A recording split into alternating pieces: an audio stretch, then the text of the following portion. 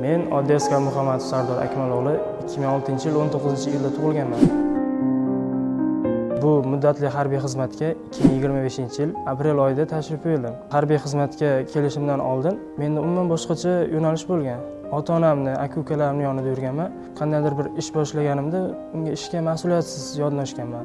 Qandaydir qiyinchiliklarsiz, oson akalarim hal qiladi yo ukalarim hal qiladi deb o'ylaganman. Bu xizmatga kelganimdan keyin qandaydir bir ish boshlagandan keyin uni ortida katta mas'uliyat borligi, biron bir odam ish buyurganda o'sha ishni senga ishonib topshirganligi, qandaydir bir erkaklik burchini bajarish uchun xizmatga keldim.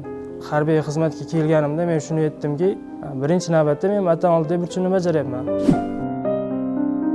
Men yoshligimda ko'rgan qurollarimni o'sha armiyaga kelganimda o'zim qo'lim bilan ushlab ko'rdim va ulardan taktik mahoratda o'q uzishga bordim va foydalandim. Ularni ishlash tartiblarini, taktik xususiyatlarini va jangovar shayliklarini o'zim ko'z o'ngimda ko'rdim va jangovar mashinalarni ham yoshligimdan ko'rib qiziqib kelganman. O'shalarni o'zim haydab, o'zim qayerdir ta'mirtalab bo'lib qolganda o'zim tuzatishga harakat qilib, o'sha serjantlarim, ofitserlarimni ko'nikmalariga qarab shug'ullandim. Kichkinaligimda orzu qilgan armiyaga hozirda xizmat qilmoqdaman va o'ylaymanki, bu xizmatdan keyin men Xudo xohlasa katta hayotimda kamchiliklarimni to'g'rilamoqchiman. Shuni tushunib yetdimki, armiya bu hayot maktabi. Katta hayotga qadam qo'yishdan oldin mana shu harbiy xizmatda toblanib, sinovlarida, mashaqqatlaridan o'tib, katta hayotda uzoqni o'ylab ish qiladigan bo'ldim va vatanni, ota-onani qadriga yetishni o'rgandim. Tengdoshlarimga, do'stlarimga tavsiya qilaman. Kelsa harbiy xizmatda xizmat o'tasin, vatanni, ota-onani qadriga yetsin.